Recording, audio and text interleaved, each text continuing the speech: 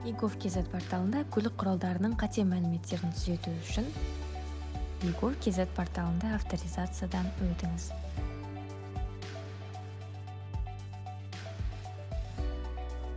Басты бетте азаматтарға көлік және коммуникациялар, автомобиль көлігі бөлімін таңдаңыз.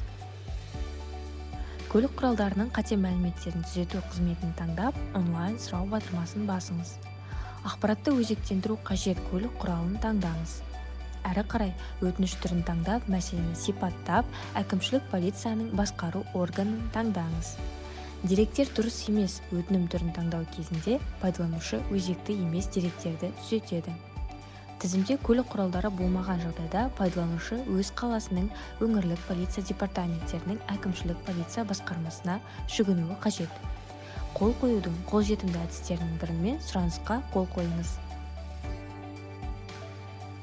Сұраныс сәтті өңделген жағдайда жеке кабинетке 3 жұмыс күні ішінде өтінімнің орындалуы туралы хабарлама келеді.